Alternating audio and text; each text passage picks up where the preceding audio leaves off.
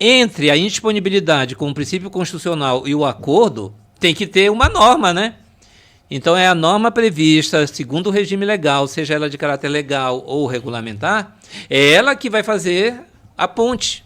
E ela que vai retirar esse conflito que não existe, na verdade, né? Então, a consensualidade ela não briga com a indisponibilidade, desde que seja ela regrada na forma da Constituição, na forma do Estado Democrático de Direito, conforme os princípios constitucionais.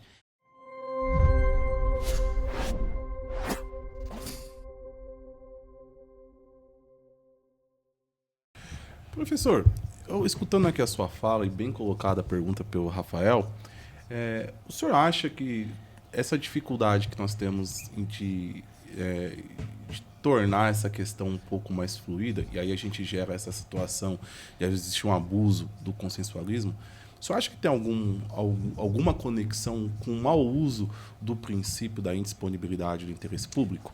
Porque eu percebo que a administração pública como um todo, e aí eu posso até falar de instâncias decisórias como o Tribunal de Contas, e não só no âmbito da administração do Poder Executivo propriamente, diretamente falando, que muitas coisas elas acontecem e deixam de acontecer sem uma regra clara, específica, mas sempre se utilizando de alguns princípios que são chaves. E a indisponibilidade do interesse público, muitas vezes, é a carta tirada da manga para poder não conceder um direito que poderia ser concedido, que é claro, ou às vezes conceder um direito que não deveria ter sido concedido. O senhor acha que... Eu acho que a sua pergunta é fenomenal, porque consensualidade e indisponibilidade do interesse público parecem brigar entre si, né? Se o interesse público ele é indisponível, como é que alguém pode negociar? Negócio, né? Acordo vem de negócio. Negócio é um ato de disposição. Então, só estamos esquecendo um detalhe. Entre a indisponibilidade com o princípio constitucional e o acordo, tem que ter uma norma, né? Então, é a norma prevista, segundo o regime legal, seja ela de caráter legal ou regulamentar, é ela que vai fazer a ponte. E ela que vai retirar esse conflito que não existe, na verdade, né? Então, a consensualidade ela não briga com a indisponibilidade, desde que seja ela regrada na forma da Constituição, na forma do Estado Democrático de Direito, conforme os princípios constitucionais. Aí ela não vai brigar. E aí, nesse momento, a administração também não pode dizer, não, olha, não vou celebrar o acordo contigo por causa do princípio da indisponibilidade do interesse público. Não, mas peraí, tem previsão na lei, está aqui. Foi alterado o regime disciplinar. Foi alterada a lei de improbidade administrativa e foi previsto o NPC. Como é que você não vai celebrar um acordo? Não, é porque vigora o princípio da indisponibilidade. Não. O legislador adotou o acordo. Então, você não pode sacar essa carta, esse princípio. Mas você pode questionar se o artigo 17b da LIA, que é a hipótese legal do ANPC, se todo ele é constitucional. Então, quando ele diz lá, por exemplo, cabe a ANPC em todas as modalidades de improbidade administrativa. Não, mas peraí, como assim? Então, peraí, uma criatura que participa de uma organização criminosa recebe 10 milhões de reais, vai ser processado por improbidade administrativa, ele pode vir apresentar um pedido de acordo e eu sou obrigado a responder para ele que não, cabe sim, cabe, em princípio cabe, né?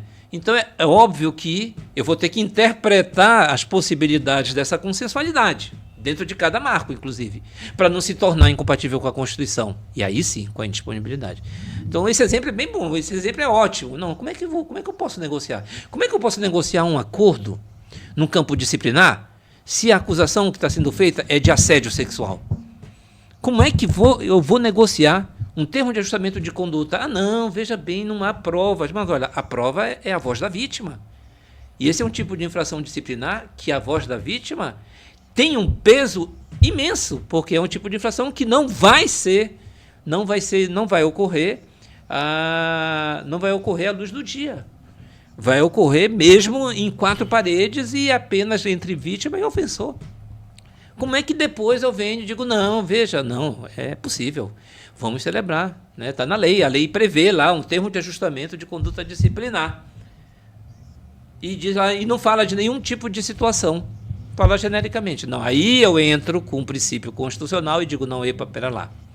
Aqui a lei prevê, mas existe algo há limites para essa competência em que eu não posso ultrapassar, porque senão, né, todo esse sistema disciplinar ele cai por terra.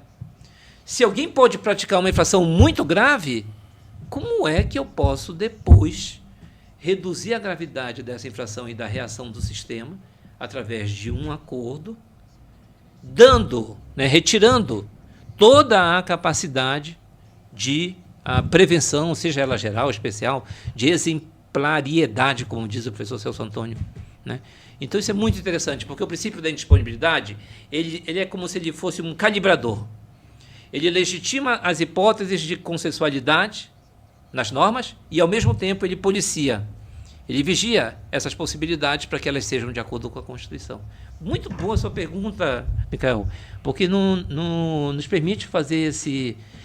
e não é à toa que é um desafio, né? Nós trabalhamos com autoridade e liberdade, né? O nosso direito administrativo trabalha com isso. É o nosso dia a dia, a nossa massa de manobra. Todos os casos que envolvem a administração pública, sempre haverá um critério de ponderação e de valoração entre o interesse público e outros interesses que não são públicos, não são, mas que vão ser afetados por aquela decisão, que é unilateral, que é o que Rafa falou como de violência. A sanção administrativa, ela é unilateral, é poder extroverso, entre aspas, uma violência, porque, de modo unilateral, ela define uma situação. É o Estado que tem essa possibilidade. E cabe a nós, então, ver qual é o ponto, inclusive, que eu posso negociar essa possibilidade, sem colocar ela em xeque. Eu não posso negar a possibilidade, que ela está ali para cumprir um fim público, né? Eu posso regulamentar devidamente a consensualidade, mas também tem limite.